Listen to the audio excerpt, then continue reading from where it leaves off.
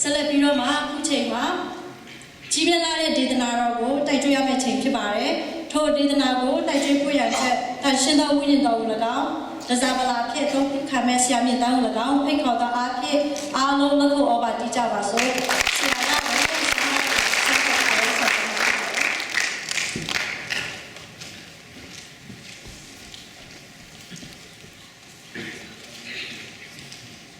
ဒီမှာလူငယ်ပေါင်းစုံတွေ့မြင်ရတဲ့ထူပဲဖျားရှင်ကျေးဇူးတော်ချီးမွမ်းပါတယ်လို့နော်။ဘာကြောင့်လဲဆိုတော့အသင်းတော်တစ်ခုမှာလူငယ်မရှိလို့ရှိရင်နှုတ်ချမှုမရှိဘူး။အာမင်။ရတဲ့ရဲ့အကြံစီလည်းတကယ်ကြီးမားပါတယ်နော်။ဘာကြောင့်လဲဆိုတော့ဆရာပိတာနဲ့ကျွန်တော်ဆို1980တခုတည်းတည်းကတီကျွမ်းရည်ကြီးခဲ့တာ။ GBC အသင်းတော်မှာပဲအတူလက်တွဲလုပ်လာတာ10နှစ်ဆရာပိတာကျွန်တော်လည်း3နှစ်ငယ်တယ်ဆိုတော့ညီငယ်လေးပေါ့လေ။ဒါပေမဲ့အမှတ်တော့ကြည့်တော့သားပါပါပဲ။ဘာကြောင့်လဲဆရာပိတာကအခုတော့ဆောင်းနေတာ40ရှိပြီ။ကျွန်တော်အခုတော့ဆောင်းတာ18နှစ်ပဲရှိပါသေးတယ်။ဒါမှသားဖပါဝင်ကြီးရနော်။အဲ့ဒါပြတကယ်အကျဉ်းချက်တကယ်ကြီးမားတယ်နော်။ဘာကြောင့်လဲဆိုတော့မယုံကြည်သူဗုဒ္ဓဘာသာဘဝကနေနှကြက်ကင်ခွဲစိတ်ဓာတ်ကင်ပြီးတော့အုံနောက်ခွဲစိတ်တဲ့ဘဝကနေပြီးတော့ကြားစာကိုကင်ပြီးတော့ဝိညာဉ်ကိုခွဲစိတ်ခွင့်ရတာပါဘုရားသခင်ကျေးဇူးတော်တက်ဖြစ်ပါတယ်ဟာလေလုယာအာမင်။ဒါဆိုကျွန်တော်ကတော့မြန်မာစစ်စစ်ရှိဖြစ်ပါတယ်ဒါဝဒီမှာချင်းတိုင်းသားတွေအများကြီးတွေ့ရတဲ့သူပဲဝမ်းမြောက်ပါတယ်နော်ဒါကြောင့်မို့ဂိမ်းပချံလာပချံဝိုင်ပါပချံတုပပချံအတူတူပဲဟာလေလုယာဘုရားတော်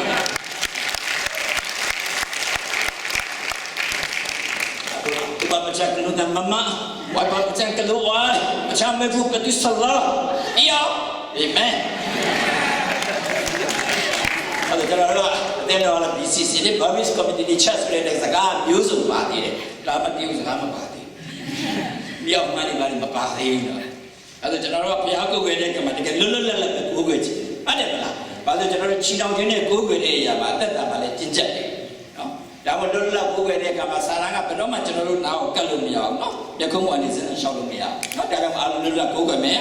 ။ဒါမှအာမင်ထူးစရာရှိနေကျွန်တော်တို့ထူးမယ်နော်။ဟုတ်လား။ဘုရားသခင်ကောင်းမြတ်ပါသလား။ကောင်းမြတ်ပါတယ်။ဘုရားသခင်ကောင်းမြတ်ပါသလား။ကောင်းမြတ်ပါတယ်။ဘုရားသခင်ကောင်းမြတ်ပါသလား။ကောင်းမြတ်ပါတယ်။ကောင်းမြတ်တဲ့ဘုရားကိုလက်ခုပ်ကြည့်ပြီးကြည့်လို့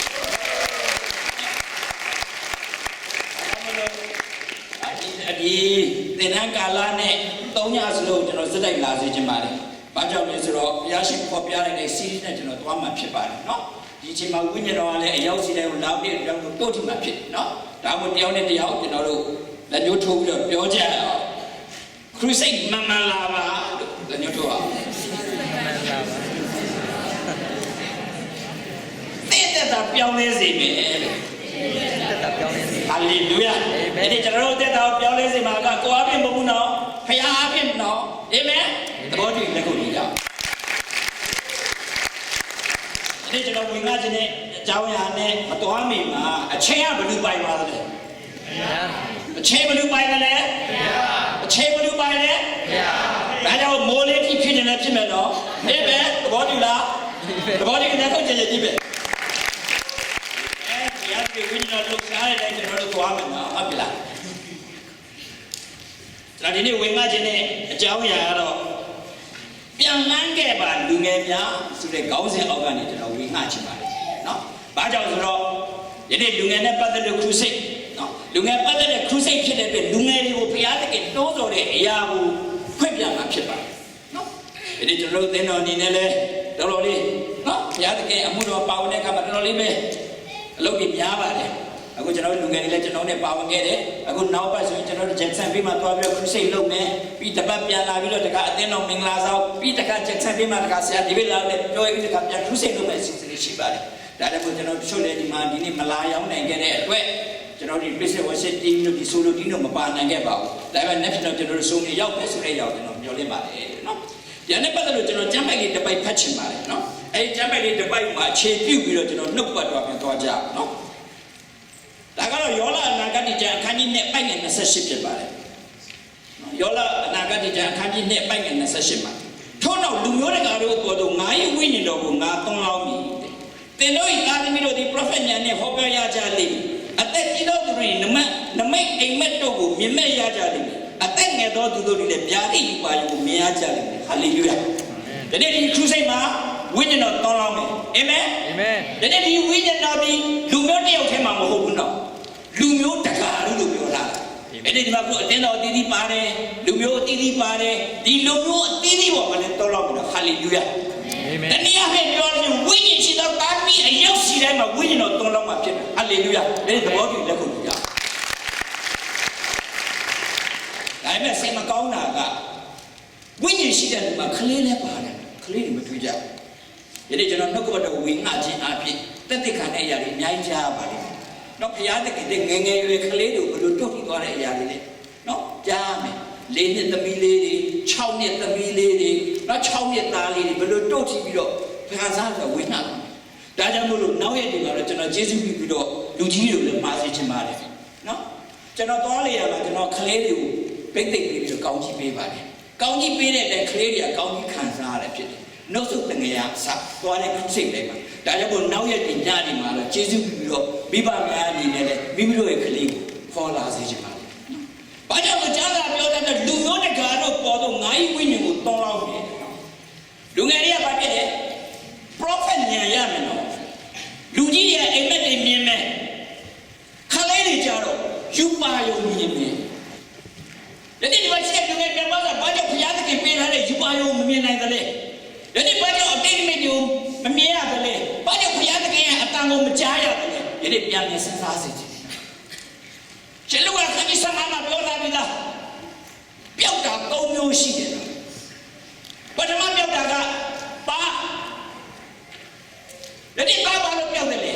။အဖေးရရတဲ့အမွေကိုယူသွားတယ်။တနေ့တစ်ချိန်ရောက်တဲ့အခါကျတော့တုံးဖြုံနေကုန်သွားတယ်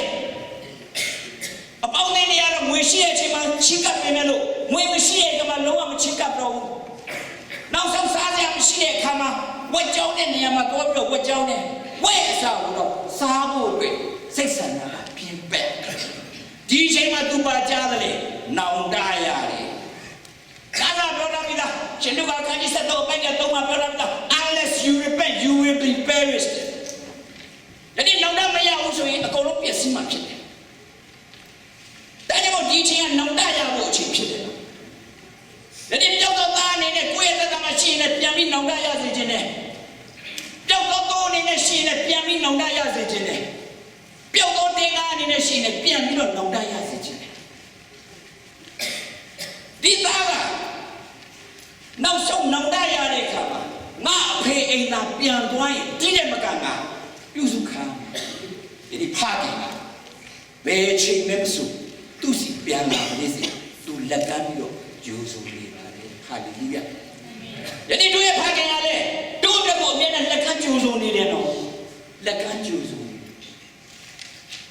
တော့ဒီချိန်ကဒီမှာရှိတဲ့တားငယ်သမီးတို့အတွက်နောင်တရမယ်ချိန်ဖြစ်ပါတယ်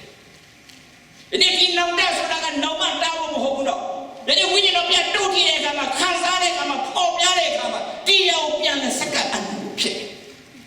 ဂျူဒရှာကလည်းနောင်တရလာပဲသူမမသူသိတာပဲ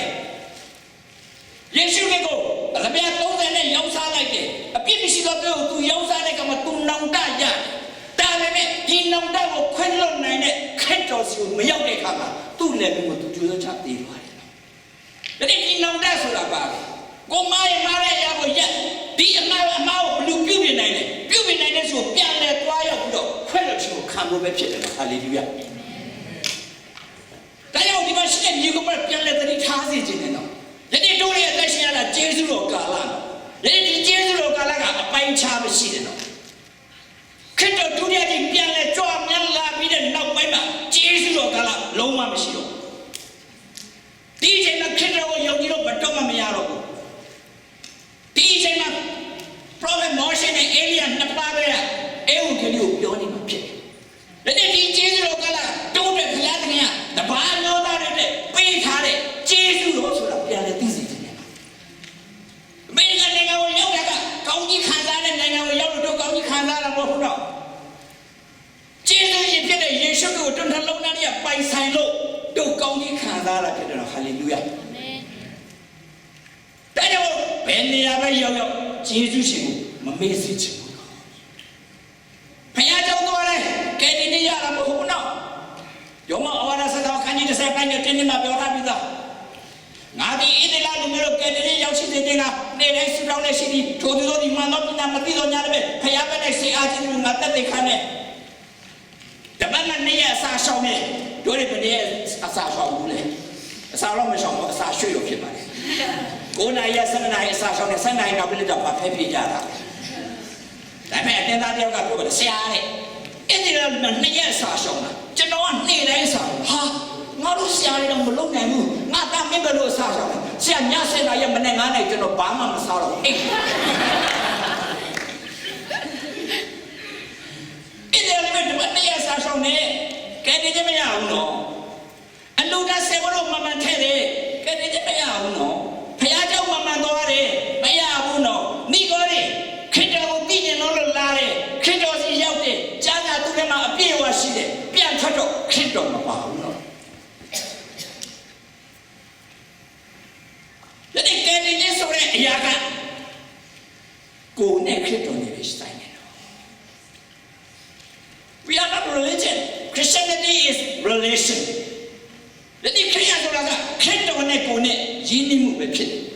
ခရစ်တော်ကတော့သိနေဖို့မဟုတ်ဘူးနော်နှလုံးသားရဲ့ယဉ်ကျေးမှုဖြစ်တယ်အုံနောက်နဲ့သိလို့ကတော့အသက်တာလုံးဝမပြောင်းလဲဘူးခရစ်တော်နဲ့ကိုယ်ယဉ်ကျေးမှဒီယဉ်ကျေးတဲ့အရာပေါ်မှာအသက်တာပြောင်းလဲသွားတာဖြစ်တယ်ဖိလိပ္ပိကညနဲ့ပိုင်းက73မှာပြောထားပြီးသားတိုးတက်တာပြောင်းလဲဖို့လှုပ်ဆောင်သွားတော့သူဒီကိုယ်ထဲမှာရှိတော့ဘုရားသခင်ဖြစ်တယ်ဟာလေလုယာအာမင်ဒီတိုးတက်တာကိုပြောင်းလဲဖို့လှုပ်ဆောင်တဲ့ဘုရားရှင်လက်ခုပ်ပြီးပြောကြည့်လို့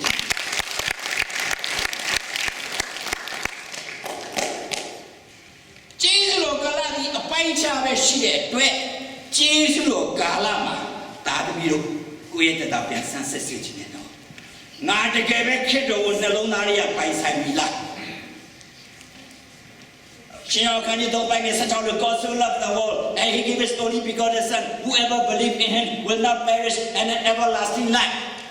ယုံကြည်လို့တော့ကဲတင်နေရောက်တာပေါ့ဒီနေ့ဘယ်ရည်နဲ့တို့ယုံနေတယ်လဲ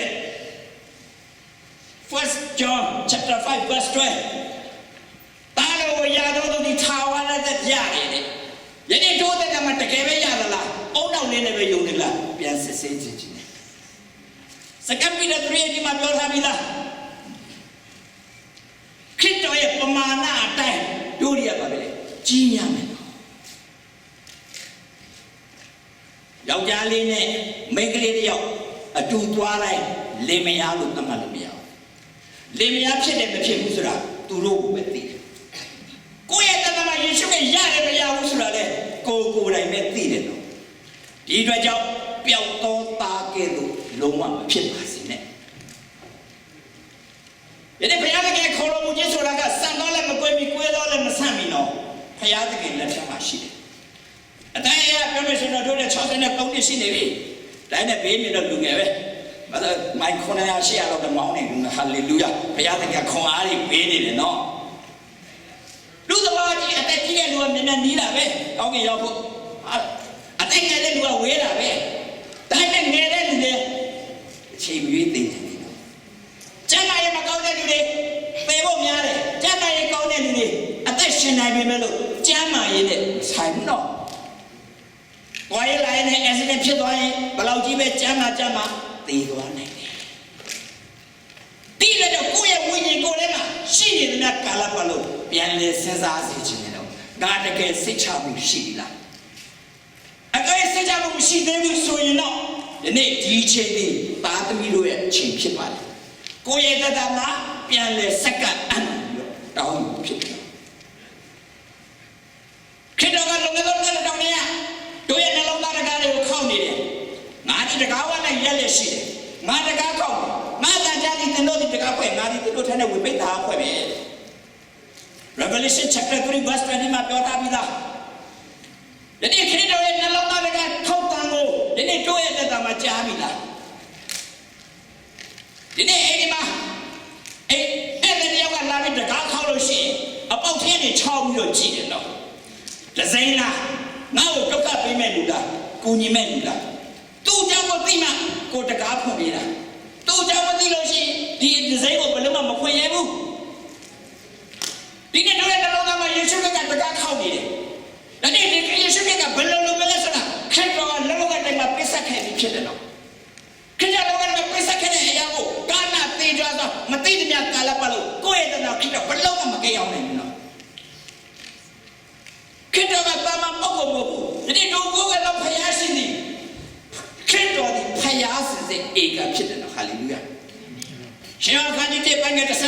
ပြီးသားထိုသူဒီအစာအုပ်နဲ့ရှိတယ်လောကကိုလည်းဖန်ဆင်းတယ်ဒါပေမဲ့သူ့ကိုတယောက်မှမသိဘူးကောလောသဲခန်းကြီးတစ်ပတ်ငယ်16စိတ်ကမှလည်းပြောထားပြီးသားဖယားမို့လို့လေတေခြင်းမှန်ကိုအောင်မြင်ခဲ့တာဖယားမို့လို့လေလောကရောက်ဖန်ဆင်းခဲ့တာငါဒီရှင်ပြန်ထမြောက်ခြင်းအကြောင်းဖြစ်သည်ငါကိုယုံကြည်တော်သူသည်သေတော်တော်နဲ့ပြန်လေရှင်ပြန်ထမြောက်မယ်ဖယားရှင်ဖြစ်လို့လေမေတ္တာဆိုတာကိုပေးဆက်သွားတာဖြစ်တယ်တကယ်တော့မေတ္တာဆိုရယူခြင်းမဟုတ်မေတ္တာဆိုတာပေးဆက်ခြင်းဖြစ်တယ်ဒီလည်းပေးဆက်နိုင်မကိုထာဝရဘုရားရှင်ကိုယ်တော်တိုင်ကတို့ရဲ့သူဖန်ဆင်းတဲ့ပါရမီအရောက်စီတိုင်းမှာအပြစ်နဲ့ကင်းလို့စေဖို့အတွက်ဟေရှာယ53အပိုက်6အောက်ပိုင်းမှာပါတော့ထားတယ်ထာဝရဘုရားသည်ခံသိမ်းသောအပြစ်တို့ကိုသူ့အပေါ်မှာတင်တော်မူ၏ဟာလေလုယာအာမင်ဒီထာဝရဘုရားကိုယ်ရဲ့တို့ရဲ့အပြစ်တွေအားလုံးကိုခရစ်တော်မှာတင်လိုက်လို့တို့ကအပြစ်မရှိဘူးအပြစ်ကနေလွတ်သွားတဲ့အတွက်နေရာတကာပြည့်သွားတာနော်ဟာလေလုယာဒီဘုရားကမြတ်တာဘလောက်ကြီးမားလဲဆိုတာဒီသူသားပြီးအရောက်စီတိုင်းမှာအပြစ်နဲ့လုံးဝမရှိစတဲ့အတွက်သူကိုယ်တိုင်အပြစ်ကိုခရစ်တော်မှာတင်လိုက်တာခရစ်တော်တလုံးကလည်းအပြစ်ရောက်လာတဲ့အတွက်အပြစ်အခါကပယ်ခြင်းဆိုပြီးတော့ခရစ်တော်ကတို့လူသားအားလုံးတွေကိုလောက်ရတဲ့မှာအသေးခံသွားတာနော်ဟာလေလုယာဒီအရာမှာဂျေဇုတော်အပြစ်ယုံကြည်လို့ကယ်တင်နေရတာတို့ရဲ့လှုပ်ဆောင်တဲ့ဘာတစ်ခုမှမပါဘူးဒါကြောင့်မို့လို့နော်ပျောက်တော့သားကဲလို့ဒီမှာသားသမီးတွေမဖြစ်စေချင်ပါဘူး။နတ်ပြည်တို့ပြန်ပြီးစုံနိုင်မယ်လို့ဘယ်လိုမှအာမခံချက်ရှိတယ်လဲ။ဘယ်လိုမှအာမခံနိုင်ဘူးနော်။ဒါကြောင့်မို့လို့ခရစ်တော်ကိုကိုယ့်ရဲ့အသက်တာထဲမှာမရသေးဘူးဆိုရင်တော့ဒီအချိန်ကသားသမီးတို့ချိန်ဖြစ်တဲ့အတွက်အသက်တာကိုပြန်လဲစက္ကပ်အနှံ့စီခြင်းနဲ့ဒုတိယပျောက်တာကဘာလဲပျောက်တော့ပေါ်တော့90ရှိတဲ့နေရာမှာ69အောင်9ကောင်ရှိပြီးတော့တကောင်ပြောက်နေတဲ့အရာကိုရှာတယ်ဒီတော့တဲ့ကောင်ကိုတွေ့တဲ့အခါမှာပိုင်ရှင်ကတအားဝမ်းမြောက်တယ်ဒါကဘာလဲနားလည်လို့ဒါကယုံကြည်သူတွေပြောက်နေတဲ့အရာခရစ်တော်ရဲ့ကိုယ်ရဲ့တမန်လက်ခံလို့ထာဝရတဲ့ရနေပြီလားပြောတယ်ဒီနေ့ဘုရားရှင်အမြင်မှာပြောက်နေတဲ့လူတွေမြောက်များစွာရှိတယ်နော်ဒီနေ့ဒုက္ခတော့ပြန်ပြီးတန်ရှင်းတော့ဘုရားဖြစ်တယ်ဒီနေ့ဒီပုဂ္ဂိုလ်ဒီအတန်ရှင်းဆုံးနေရာဖြစ်တယ်ဒီအတန်ရှင်းဆုံးနေရာမှာဘုရားမျက်နှာတော်နဲ့မတွေ့အဲ့ဒီမှာလည်းပွဲချင်းပြီးသေသွားတယ်နော်ဒါကြောင့်မို့လို့ဓမ္မဟောက်ကမှာရစ်ပူတော့တဲ့အခါမှာရစ်ပရောဟိတ်တွေကခြူလွဲတွေနဲ့တက်ခါလာချင်းနဲ့ဒီအတန်လေးကိုကြားရင်ရစ်ပရောဟိတ်ပူတော်ဘုရားတကယ်နှစ်သက်တယ်ချင်းနဲ့ကမကြားလို့ရှိရင်ရစ်ပရောဟိတ်သေပြီးအလောင်းကိုဆွဲထုတ်ပါတယ်ဒီနေ့တို့တန်ရှင်တော်ဘုရားကိုကိုးကွယ်တဲ့တန်ရှင်တော်အသက်တာရှိဖို့ခရစ်တော်အပြင်ပေးဆောင်လာပြီဖြစ်တယ်ဟာလေလုယာ First Peter 1:16မှာလည်းပြောထားပြီးသား I am holy you must be holy ငါဒီတန်ရှင်တဲ့ကလို့သင်တို့ဒီလေတန်ရှင်ကြရမယ်ဒီနေ့ဒီတန်ရှင်ခြင်းဒီကိုယ်အပြင်မလုံဆောင်နိုင်ခဲ့ပေမဲ့လို့ယေရှုရဲ့လက်ဝဲထဲမှာအသွေးသွန်းလောင်းတဲ့အခါမှာအသွေးတော်အပြင်တို့တွေတန်ရှင်သွားတယ်တော့ဟာလေလုယာအသွေးတော်အပြင်ဖြောင့်မခြင်းရတယ်တော့ဟာလေလုယာအသွေးတော်အပြင်ခွင့်လွှတ်ခြင်းရသွားတယ်တော့ဟာလေလုယာလူတွေပြောနေတော့အပြင်မလို့နိုင်မနဲ့ခရစ်တော်ရဲ့အသွေးကတို့တွေကိုခွင့်လွှတ်သွားတယ်ဟာလေလုယာဒီနေ့ဒီဖြစ်တဲ့အားလုံးကိုခွင့်လွှတ်တဲ့ယေရှုဖျားကိုလက်ခံလို့ချီးမွမ်းကြ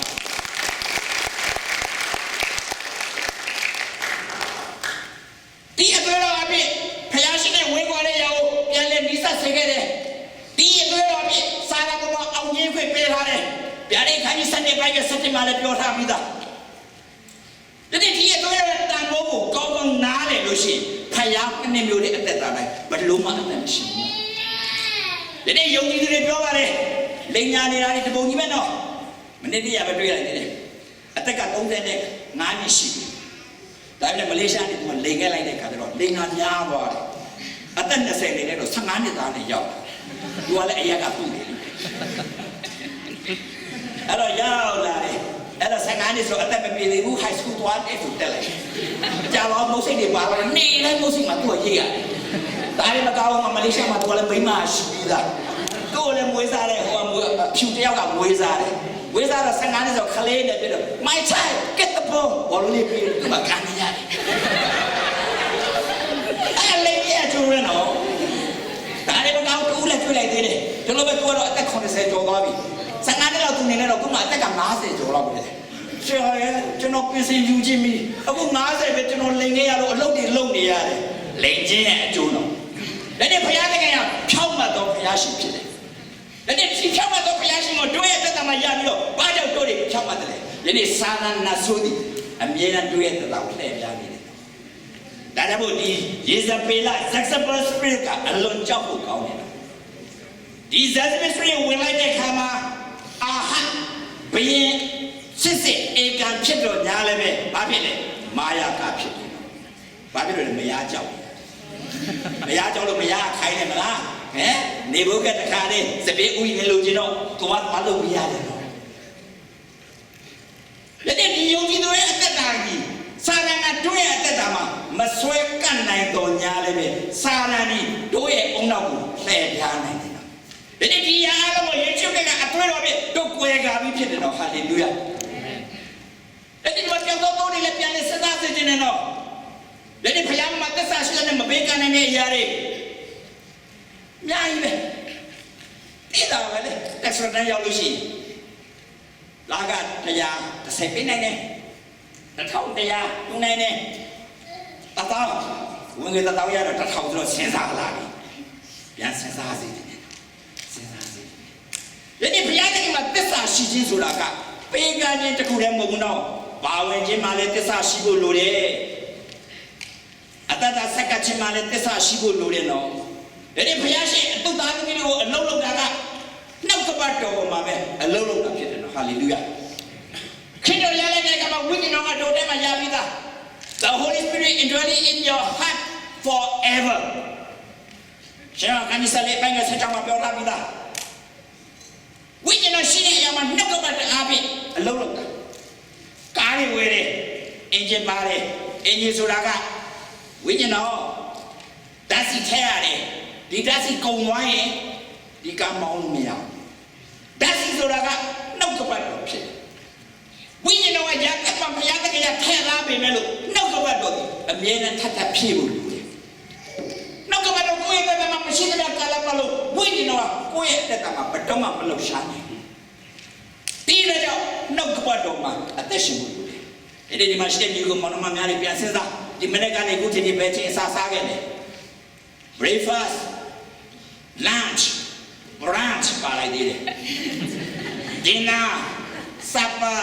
9ချိန်လောက်စားမှတရက်တာအသက်ရှင်နိုင်တာကျမ်းပါလား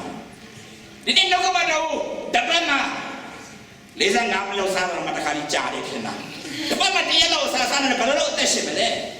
ဒါလည်းမတော်နေတော့ဆရာရဲ့ဆူတောင်းပေးပါကျွန်တော်ဝိညာဉ်အားနေလို့မှာဝတ်နောက်ကတော့စားမှမစားတော့ဘူးဒီနေ့နောက်ကတော့စားတာမှန်စားပါအသက်တာကြီးကျမ်းပါစီတယ်တော့ဟာလေလုယာအာမင်ဒီနေ့ယုံကြည်သူတယောက်ပြင်ခရီးပေါ်မှာသက်သာရှိုံနဲ့မကောက်ခရီးရဲ့အမှုတော်ပဲမှာပေါင်းမှုလို့လေပါဒီနေ့ဒီမှုတော်မှာပေါင်းမှုဆိုတဲ့နေရာမှာဝိညာဉ်ကိုတန်ဖိုးထားရဖို့လိုတယ်ဒီနေ့ဝိညာဉ်ဆိုတာကခလေးသူငယ်မှာလည်းရှိတာပဲနော်လာပဲဖြစ်ဖြစ်ဟာလာတနေ့နေ့3နေ့4နေ့10နေ့ရွယ်ပဲဖြစ်ဖြစ်အကုန်ဝိညာဉ်ရှိတယ်ကောင်းတဲ့နိုင်ငံကိုတယောက်တည်းဝင်စားပြီးတော့ကိုယ်သားသမီးတွေငရဲသွားမှာကိုကြည့်ရမလားမိဘတွေပြန်လဲစဉ်းစားစေခြင်းတယ်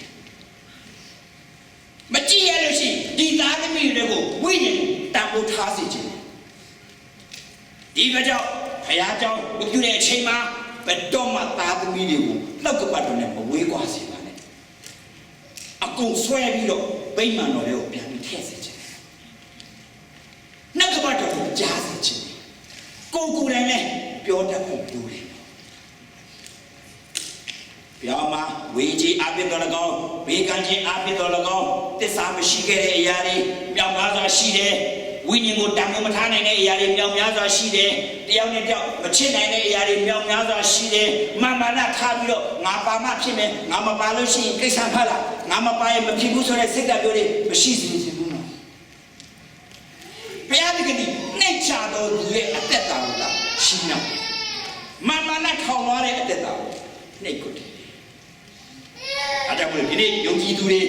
ဒီနေ့ကိုဖျားနဲ့ဘလောက်မှန်ကန်နေပြီလဲပြန်လဲတည်းထားစေချင်အကယ်၍မှန်ကန်တယ်ဆိုရင်တော့ကတဲ့ချင်းကိုပြန်လဲပြီးတော့တိုးဝင်စီဒီနေ့တို့ဘာလဲဖျားတဲ့မိမ္မာချက်ကိုမလိုက်နာတယ်လေဖ ယားရဲ့အသွေးတော်တန်မထားလို့ဖြစ်တာမန်တော်သူစိတ်သိဖို့မနော်အဖို့မဖြတ်နိုင်တဲ့ယေရှုခရစ်ကအသွေးတော်အပြင်တို့ကိုဝယ်ထားတဲ့ဘုရားသခင်ဂျေဇုတော်လက်ခုပ်ပြီးလို့ချီးမွမ်းကြပါအတတော်ပြန်ဆက်သားစီနေနော်ယနေ့လက်ကလေးမှာအလေးတစ်ချောင်းစူကြည့်ပါဘယ်လိုခံစားရတယ်လဲခရစ်တော်တို့အတွက်ကြည်စမ်းရဲ့စတဲ့နဲ့ကြာပနဲ့ရိုက်ထားတာကြောတွေကွဲနေတယ်သွေးတစ်ဆက်ဆက်တောက်ကြာနေတယ်ဒါလို့ရှိရမှာဆက်လက်မရှိတဲ့တန်နဲ့လောက်အောင်မှရိုက်ထားတာသွေးတွေတောက်ကြာနေတယ်အဲ့ဒါတို့တွေကိုချင်းလို့ဒီအသွေးတော်အပြင်တော့အတန်ရှင်းတာနော်ဒီအသွေးတော်ပြီးဖြောက်ပတ်သွားတာဒီအသွေးတော်ကိုမပြင်းမစေချင်အသွေးတော်တန်မိုးကိုနားလဲစေချင်တယ်ဒါကြောင့်ဘောရမင်းကဝန်သားတဲ့ကလည်းဘာမှဝန်စားဖို့မဟုတ်ဘူးနော်အပြစ်သားအလုံးနဲ့ယေရှုခရစ်လောကထဲမှာတန်ရာတန်ချက်ပေါက်မြောက်များစွာနဲ့ပြည့်စက်ခဲ့တဲ့အရာကိုအမြဲတမ်းမြင်တွေ့စေချင်တယ်။စပီးရဆိုတဲ့အသွေးတော်ကတို့ရဲ့အသက်တာကိုအရှင်းစင်ကြယ်စေငါမကပဲနဲ့အသွေးတော်ဖြင့်အောင်မြင်ခြင်းအသွေးတော်ဖြင့်ကျမ်းမာခြင်းပေးတဲ့အရာကိုပြန်လည်ပြီးတော့စဉ်းစားဆင်ခြင်နော်။ဟာလေလုယာ။ဒီတန်ရာတန်တဲ့ကြောင့်ခရစ်တော်လောကထဲမှာအသေးခံတဲ့လက်တွေနဲ့တို့ပညာတော်အောက်ကလွတ်မြောက်ခဲ့ရတာ။ပြည့်တော်အကောင်ရှောင်းရမယ်မရှောင်းနိုင်တဲ့လူဒီကြင်ရင်ခံရမယ်ဆိုတဲ့အတိုင်းဘုရားသခင်ကိုယ်တော်နဲ့ပေးထားတဲ့ပညာတော်ကိုဘုရားစစ်စစ်အေကံဖြစ်တဲ့ယေရှုခရစ်ကသူဖန်ဆင်းတဲ့သားသမီးအယောက်စီတိုင်းကယ်တင်ခြင်းရဖို့အတွက်ကိုသူကိုယ်တိုင်ရှောက်ပြီးတော့သူကိုယ်တိုင်အသေးခံရတဲ့ပညာတော်ကခရစ်တော်အပြင်ပြည့်စုံသွားပြီလို့ဟာလေလုယာပညာတော်ပြည့်စုံလို့မရှောင်ရဘူးမဟုတ်ဘူးလိုက်နာဖို့လိုတယ်ဒါလို့လိုက်နာနိုင်ဖို့တော့ဘုရားရှင်ကတွေ့နှလုံးသားတွေကိုဝိညာဉ်တော်ထည့်ပေးထားတယ်နော်ဒီဒီဝိညာဉ်တော်အပြင်ဘုရားကနဲ့နဲ့တော့ရဖို့ပုံမှုသိဖို့ဖြစ်တယ်ဒီခုပြောတဲ့မှာရှိတဲ့ဝိညာဉ်တော်ကိုလမ်းပွင့်ပေးပါဝိညာဉ်တော်လှုပ်ရှားမှုကိုနားဆွင့်ပါဝိညာဉ်တော်ဒီနဲ့နဲ့တော့ရဖြစ်တဲ့တိတ်ခွတော့ရဖြစ်တဲ့အတွက်ဝိညာဉ်တော်လှုပ်ရှားမှုနားမလည်နိုင်တဲ့အခါမှာဘုရားရှင်ရဲ့လှုပ်ဆောင်တဲ့ကိုဝန်ခံနိုင်တော့အသက်တာရှိဖို့လိုတယ်နော်ဟာလေလုယာဒါကြောင့်မို့ဒီမှာရှိတဲ့ယုံကြည်သူတွေမှာဝိညာဉ်တော်ရှိတော်များလည်းပဲဝိညာဉ်တော်ဒီကိုယ့်ရဲ့အသက်တာမှာလှုပ်ရှားမှုကိုနားမလည်နိုင်တဲ့အခါမှာဘုရားရဲ့စကားကိုဥပက္ခပြုကြတယ်။ဒါမှမဟုတ်30ခန်းမှာဆလာပိုင်ကလေးငါမပြောပြတာ Allow yourself and to not trust in him. You will fulfill the desire of your heart. ထာဝရဘုရားနဲ့မွေးလို့မယ်ကိုးစားမယ်စိတ်လုံးကြံစီပြည့်စုံရတော့အခွင့်ကိုပေးမယ်။ဒီတော့ကြောင့်ဒီမှာရှိတဲ့ညီကောင်မယုံကြည်သူများတောကဲ့သို့ငါပြောင်းနေပြီလားဒီနေ့ဖျားရှင်ကညီကောင်မများကိုပြန်လည်ပြီးတော့ခေါ်ယူနေပါလေငါသားငါသမီးတို့ငါစီပြန်လာခဲ့ပါငါရဲ့မေတ္တာဒီဘလောက်ကြီးမားလဲဆိုတာတောင်ကြီးတွေရွေ့ရွေ့တောင်ငယ်တွေလှုပ်နေမယ်လို့ငါရဲ့မေတ္တာမလှုပ်ရှားပါဘူးငါဆက်လက်ကူကတော့ဟိရှာအပိုင်နဲ့ဆက်မှာပြောထားတယ်ရေမှာသွားတဲ့အခါမှာလဲငါဒီအတူရှိတယ်မြင့်မှာသွားတဲ့အခါလဲမနစ်မြဝဘူးမီးမှာသွားတဲ့အခါမှာလဲမီးတစီတော့မလောင်ရဘူး53ခုတော့ဟိရှာအပိုင်နဲ့ပြောထားတယ်ဘုရားရဲ့မြစ်တာဘလောက်ကြီးမားလဲဆိုတာကိုကိုယ့်ရဲ့အသက်တာမှာခံစားတတ်တယ်ဒီနေ့ဒီဘုရားကိုမချီးမွမ်းမနေနိုင်ဘူးဒီဘုရားရဲ့ကောင်းမြတ်ကြောင့်ကိုအမြဲတမ်းဝန်ခံခြင်းနဲ့တော့ဒီသမီးစားတွေတယောက်နဲ့တယောက်ဟာကောင်းကလေးရကိုယ့်ရဲ့ကောင်းမလေးအကြောင်းကိုတပားသူကိုဘာလို့လဲကြွားခြင်းနဲ့ဒါကြောင့်မလို့အင်္ဂါလေးဝင်ပြီးဤစားတာမကုန်တော့ဘူးအမြဲတမ်းခံနေတယ်အဲ့ရပုံဝင်တော့နှစ်ခုကိုခြေထောက်ပြီးစဉ်းစားတာနော်တွေ့ရတယ်မပြောတယ်နိုင်စားဘလောက်ချောထားလဲဘလောက်ခွင့်လွတ်တတ်လဲဒါမများခင်နော်တကယ်တမ်းများပြီးတော့ဟိုကောင်းဒီကောင်းဒီအကောင်းကြီးပါလာတယ်ဒါနဲ့ဖခင်ရဲ့မြတ်တာဒီမနေ့နဲ့နောက်ကလာဘယ်တော့မှမပြောင်းလဲဘူးနော်ဒါနဲ့လူမြတ်တာပြောင်းလဲမယ်လို့ဖခင်ကဘယ်တော့မှမပြောင်းလဲဒါနဲ့ဒီမြတ်တာဒီလောကတဲ့ခြေမှာပဲရှိတယ်ကိုယ့်ရဲ့တရားလောကတဲ့ခြေကိုမရောက်တဲ့ကာလပတ်လို့ဖခင်ရဲ့မြတ်တာကိုဘယ်တော့မှမခံစားနိုင်ဘူးဒီအတွက်ဖခင်ရဲ့မြတ်တာကိုမသိတဲ့ယုံကြည်သူသားသမီးများဒီနေ့ဖခင်ရှင်ပြန်လဲပြီးတော့စက္ကအနာစီနေတတိယရောက်တာတင်းက10ပြားမှတပြားပြောက်တော့လိုက်ရှာတယ်တွေ့တဲ့အခါမှာပိုင်ရှင်ကတအားဝန်းမြောက်တယ်အဲ့ဒီတင်းကဆိုဒီမှာ tu tambo tu mati no tu tambo tiraga pai shimeti hallelujah jadi ko tambo ko tiela jadi to ye tambo ga phaya ti de no pai shimeti de phaya ga to tambo ti de taman do we thala ma bu apho ma pya nai ne yesu ka apwe ro de we yo thawala de pe thala no we are the son of God through faith in Jesus Christ. Can you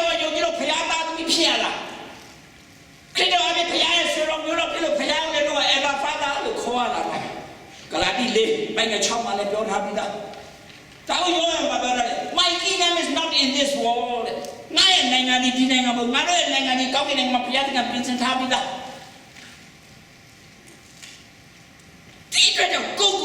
Identity of this is now when you bless the people this is then you go at the go to Madame, go at Chile, Paya, go take out, Piano, taking them up. The Latina we did not be out to them at Canada, we did not be out and Nenelo, Piscinale, First Corinthians 2:10. We did not be out in a Canadian secretary, I'm not going to do it, official 130. Cái generation yêu cái đi nhau cha này khi nào yêu thì mà ta chỉ nói như nó đây từ đây anh để chỉ khai này, vì nó từ đây anh được, tôi cái này mà sống nó cũng sẽ mang cái gì ra vào đây. Ta cho bây giờ sẽပြောra bây giờ ngã tôi luôn ngã đi này, bây giờ mình ngã để cái này là bây giờ mình đâu gì ra đấy, sau khi đi nó sẽ không ăn được nó sẽ cố đi phát triển chuyện này. Nên đi cô bây giờ bao số lượng ta mà có tham gia gì này. Jadi dunia kita apa tangan nak tu pilih, kita apa dunia tangan mana pilih, kita apa dunia jipro hiti pilih no. Jadi di wujud orang tangan apa tu biasanya lalu lambat ramah hotel no. Jadi tu yang tangan apa ramah apa tu wujud orang sudah ni mel nada jipro thami pilih.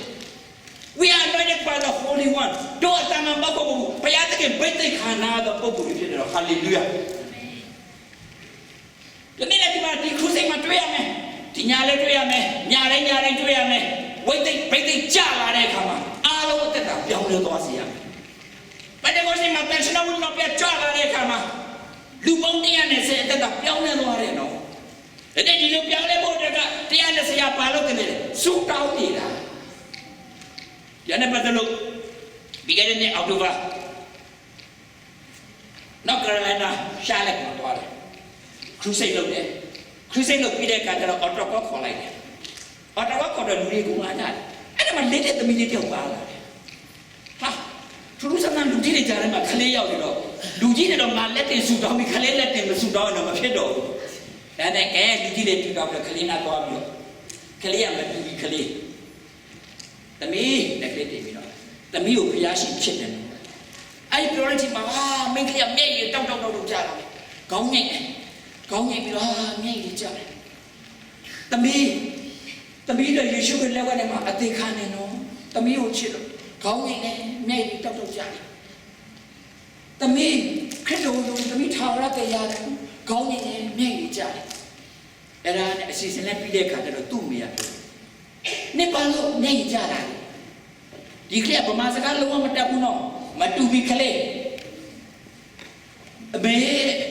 cuma tu Yesus ke lewat dia mah ati khani lah tu ni haleluya. Jadi biasa kali tu meri mana lalu. Kau pemalu piolai bimelu tu matu bilo nale.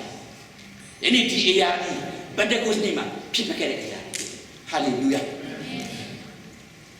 Pikir lah be. Jangan tak seks ibarat rumah. Itu kan khusus loh ke. Ada nyata lo tidak. Kalian ni akan melihat bebe, lucu dia mabau. Lucu dia, macam nak jauh siapa?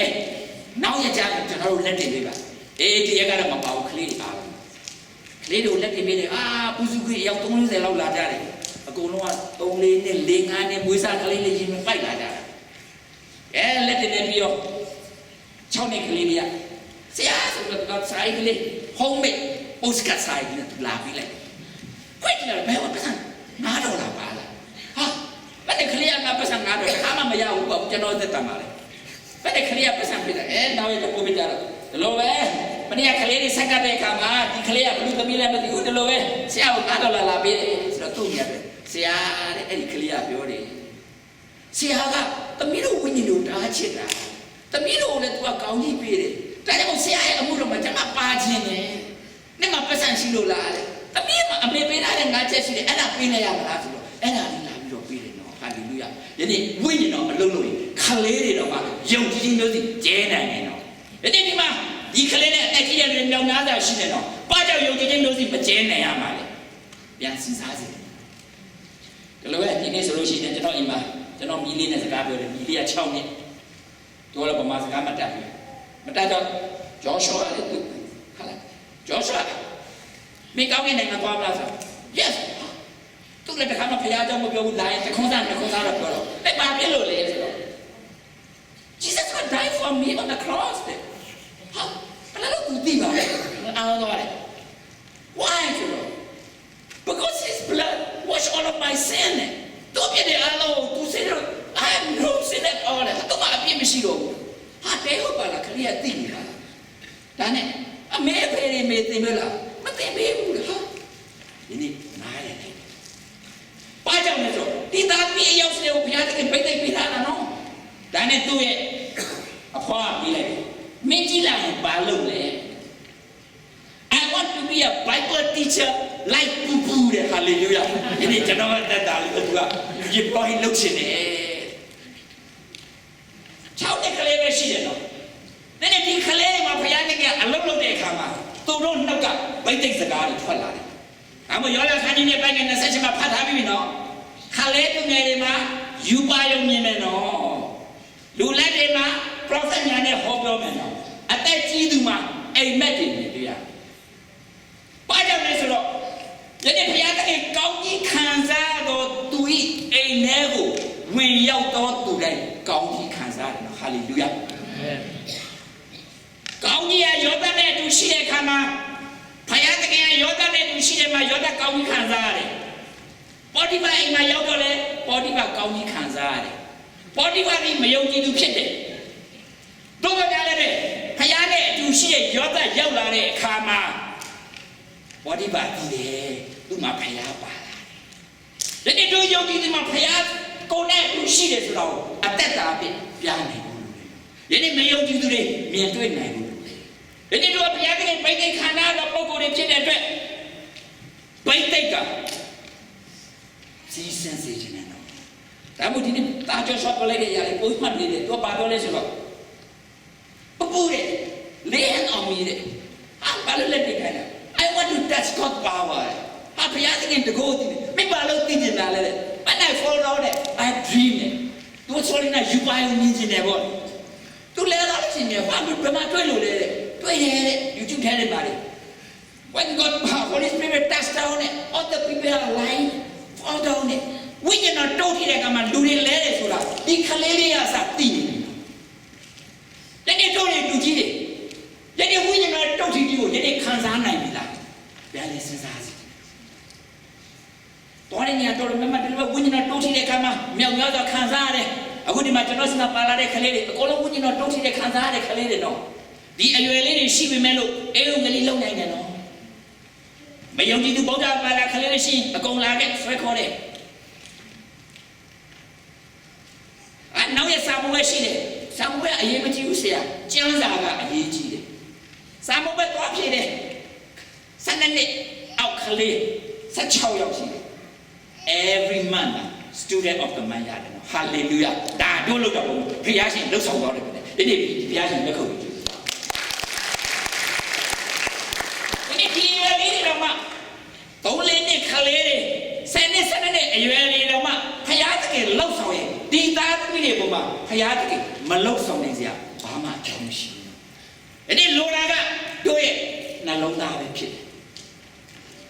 အဲဒါမလို့ယနေ့ကိုယ့်ရဲ့တရားကိုပြန်လဲဆန်းစစ်စေခြင်းနဲ့ငါဒီပျောက်တော့တာကဲ့သို့ရှိနေပြီလား။တကယ်ပဲခင်တော်ကိုလက်ခံရရှိလို့စိတ်ချပြီလား။မစိတ်ချရင်ဒီနေ့ပြန်လဲစကားစေခြင်းနဲ့အနောက်ကပျောက်တော့ကဲ့သို့ကိုယ်ယုံကြည်လို့တတ်မှတ်ပေမဲ့လို့ဘုရားသခင်နဲ့မမှန်ကန်တဲ့အရာတွေရှိနေမလားပြန်လဲစက်ကစေခြင်းနဲ့ကိုယ်ပျောက်တော့တင်တာကဲ့သို့ကိုယ်တံမိုးကိုမသိပဲနဲ့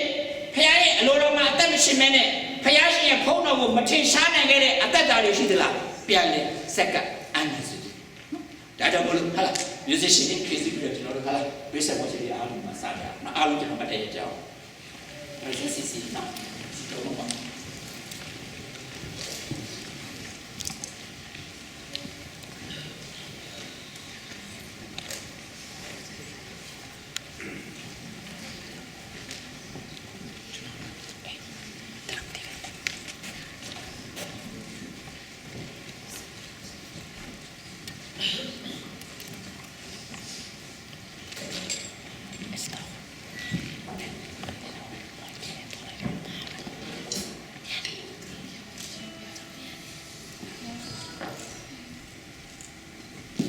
အားလုံးကျွန်တော်တို့စိတ်ကလုံးပြီးပြီးစက္ကစေခြင်းနော်ဒီစက္ကအနန္တရဲ့အချိန်မှာဘုရားသခင်ကကိုယ့်ရဲ့စိတ်ကလုံးကိုကြည်တော်ဘုရားရှင်ဖြစ်တယ်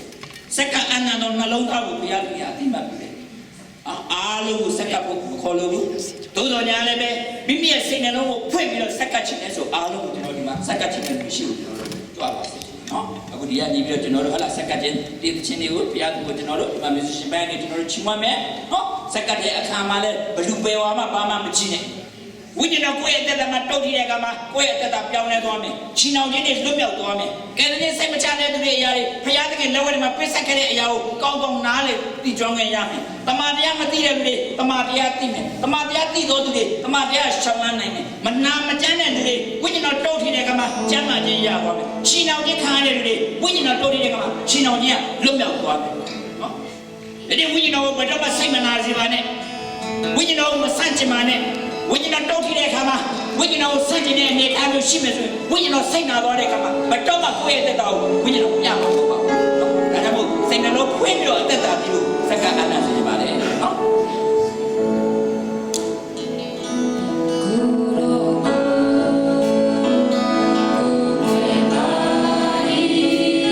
။စက္ကချင်းတဲ့လူတွေအားလုံးကျွန်တော်တို့ရှေ့ကိုကြွားလာနေပါလေ။ဒီကြွားလာတဲ့သူတွေကို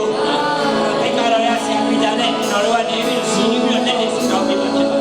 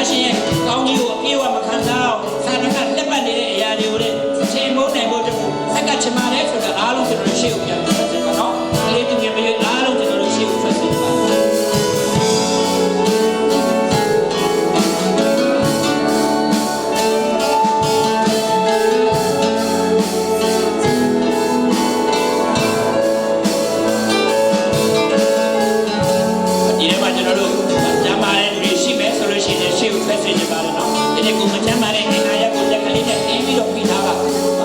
ဝိညာဉ်တော်ကြီးတော်တော်ပြီးတော့အားလုံးကိုမိတ်သိပြီးတော့ကျမ်းမာခြင်းကိုသူတို့ပေးသွားမှာဖြစ်ပါတယ်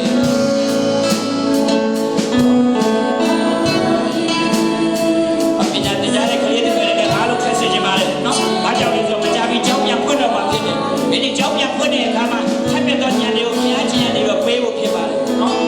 အားလုံးကျွန်တော်ထွက်စေချင်ပါတယ်နော်ဒီတိုင်းမှာကောင်းကြီးခံစားခြင်းတဲ့လူတွေ